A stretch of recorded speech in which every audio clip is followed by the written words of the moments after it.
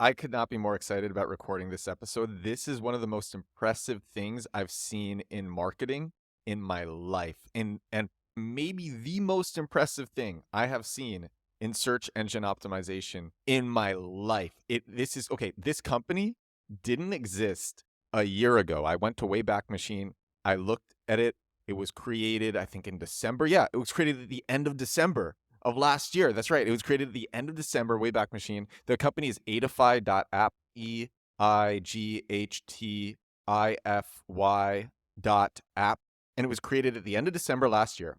Brand new company. Literally 1 year ago, it didn't exist. And now it ranks on Google for, wait for it. Oh, this is so crazy. It ranks on Google for 200,000 keywords. I didn't think this was possible.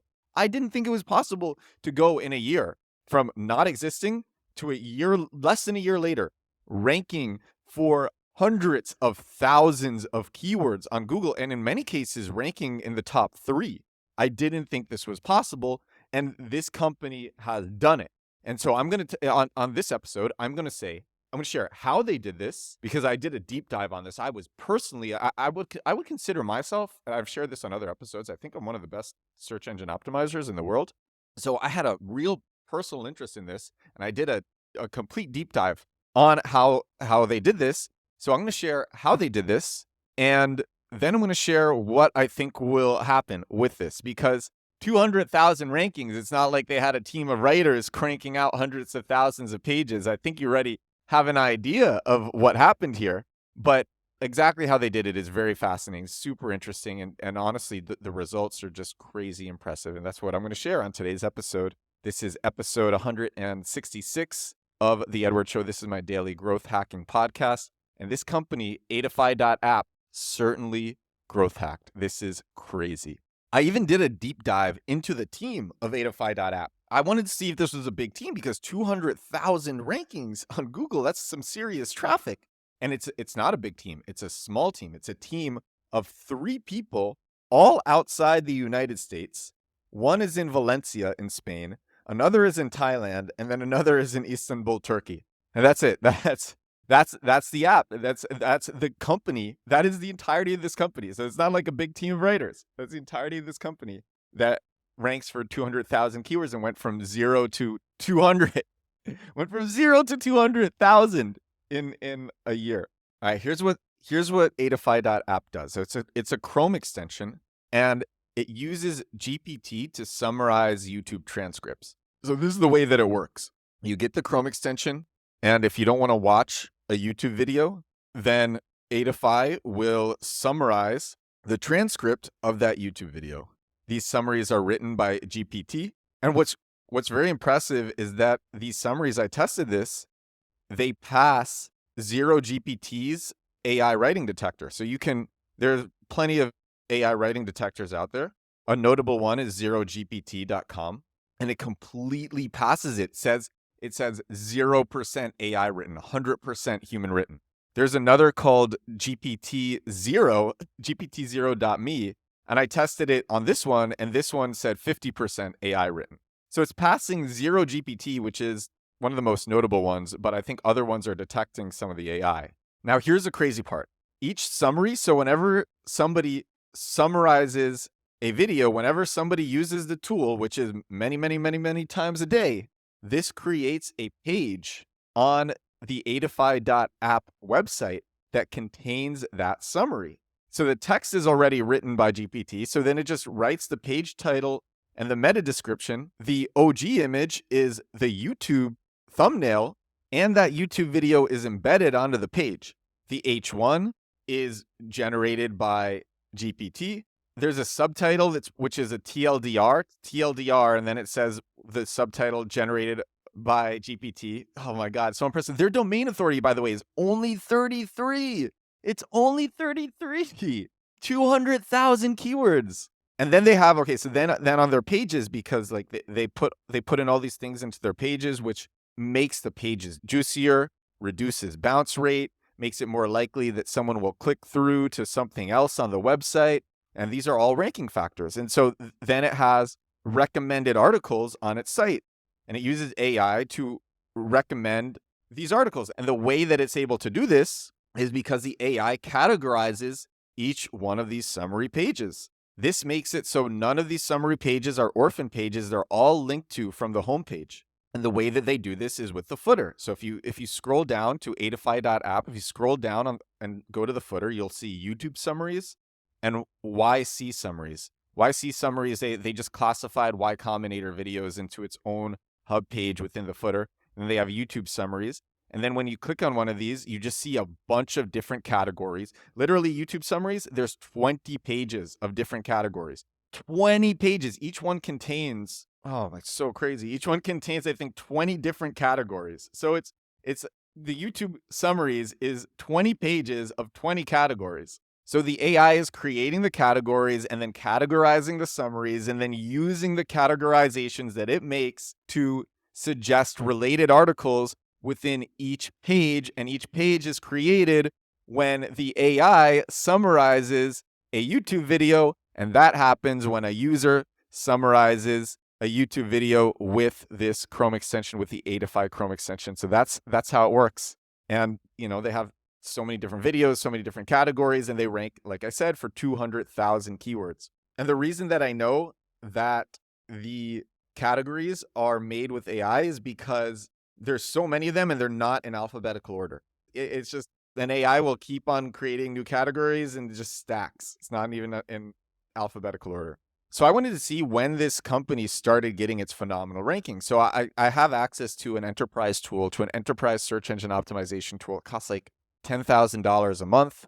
I have access to this because I used to do SEO for enterprise companies like Microsoft and Time and Procter & Gamble and, these big companies. And so I have access to this tool. So I use this tool to see when this company started getting its phenomenal rankings. And it turns out it was only very recent. It was in September. When I use this tool, I see that in September, its rankings tick up, and then month over month, they just increase dramatically. And it looks like they're going to keep increasing very dramatically because it is just, that line is going so far up and to the right. They are just going to keep increasing unless something happens. And I'm going to talk about that in a second. I think the reason that they started getting these phenomenal rankings in the first place is it looks like they did a press push during the summer. And then all of these backlinks started affecting the rankings in September. And then month over month, it was just increasing a lot. That's what I think happened. Because I'm right now I'm looking at one of their categorization pages from July. So they were still having all of the AI summaries release as pages on their site as of summer. So I think what happened was, this is a new product, this is a new site, and then they had this press push in the summer, and all of the pages are unique. It appears to Google to be human written content because it's passing 0 GPT. And then it started getting all these links from top publications, domain authority of 33, which is actually pretty good considering that the website is less than a year old. And people weren't bouncing. When Google would continually rank the pages higher and higher, users weren't bouncing. And so Google said, let's just keep ranking these higher and see what happens. That's the algorithm, not Google manually. The algorithm was doing this. And people continue not to bounce. And so that's how I think they started getting this crazy month over month upward cycle starting in September.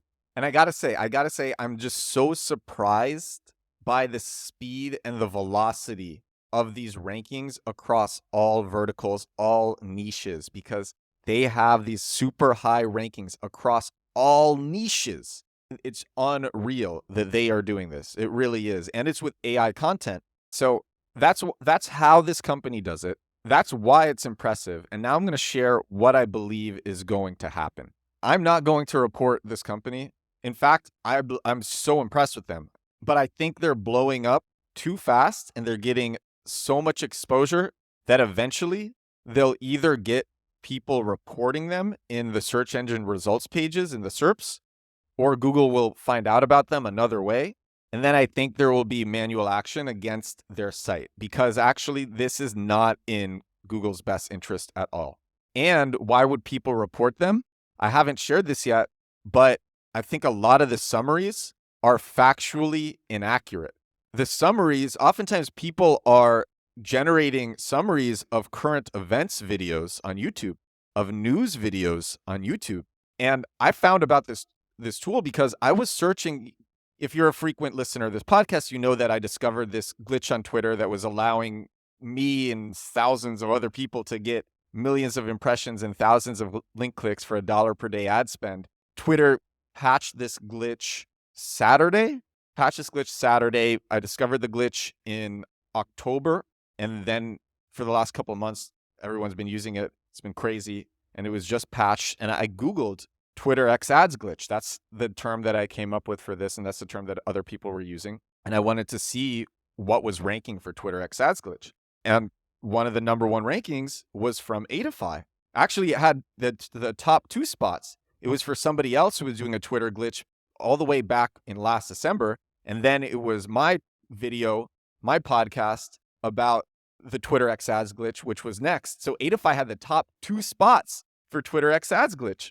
And so I looked at the summary from my video and I noticed that a lot of the summary points are incorrect. And then, I guess people had used this tool for several of my podcasts because there are many more of my podcasts on Eightify. And so I looked at other ones, and the other ones were also maybe 40% incorrect.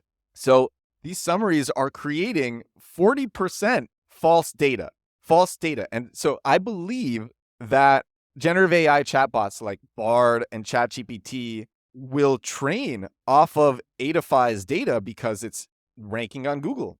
And this is bad training data that's generated by AI. It's like the snake eating its own tail. Eightify's AI, which is just GPT, is generating data that is 40% false. And then GPT continues to train off this, and Bard is going to train off this. And so it's for getting just high quality training data. This is not in anybody's best interest. So that's number one. And then number two, why I think Google will probably take manual action against this is because these summaries give people a reason not to watch YouTube videos. They can just read the summaries, which rank all over Google. So they search something, and whereas in the past, maybe they would have gotten a YouTube video that would show it to them, maybe they still get that YouTube video, but right under is a summary that takes a minute or less to read, whereas the YouTube video is 8 minutes, 15 minutes, and you can just read the summary. And so people are going to do that, and YouTube isn't going to get as many views. And so that's not in Google's interest as well. So that's why I don't think this will continue. But I want to say, like, credit to Eightify. This is brilliant because right now their SEO lead magnet is just so crazy. They could be monetizing with ads because they're getting so much traffic, and they probably should have ads on the site.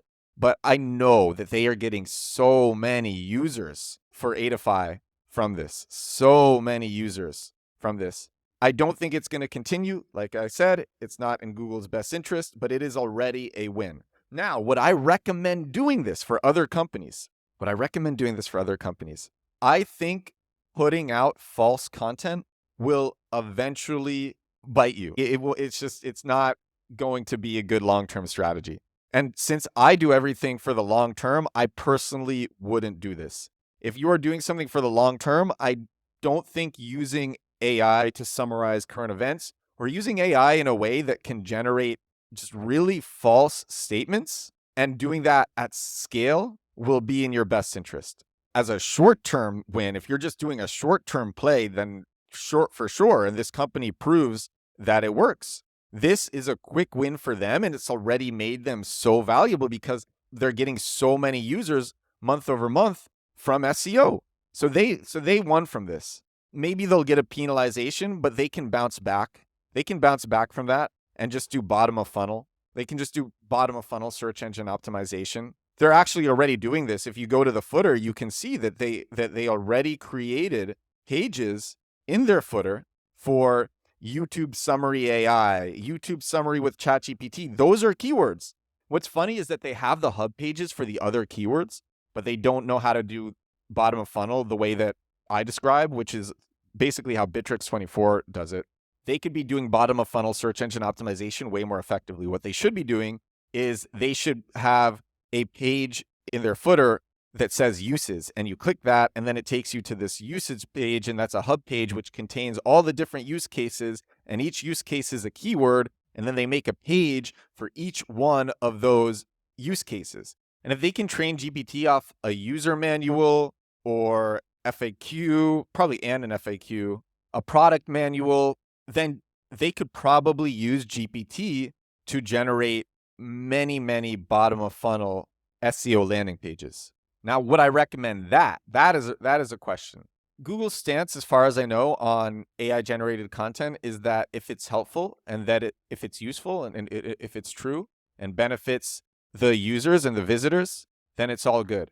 I think in this case, it should just be proofread by a human who's familiar with the app to make sure that GPT is describing the app's functionality in the right way for these bottom of funnel SEO landing pages. If you want to see an amazing example of bottom of funnel SEO done right with human writers, you can check out bitrix24.com/uses or alternatives/alternatives. They do this with both uses and alternatives. This is a SaaS product, and they rank number one for so many valuable purchase intent use case keywords around their software. I think you could actually have GPT write a lot of this content and just have it fact checked by a human.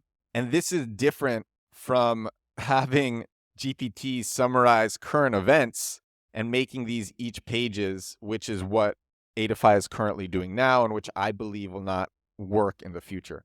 I think the reason that they are getting away with this right now is because the bounce rate is low, but most importantly, the content is passing AI writing detectors. I think that's the most important thing. I think AI generated SEO content is pretty much forever going to be a cat and mouse game. The algorithms will try to catch this stuff, and then this stuff will try to beat it, and it'll beat it, and then the algorithms will catch it, and then it'll beat it again. It's just going to be this forever cat and mouse game.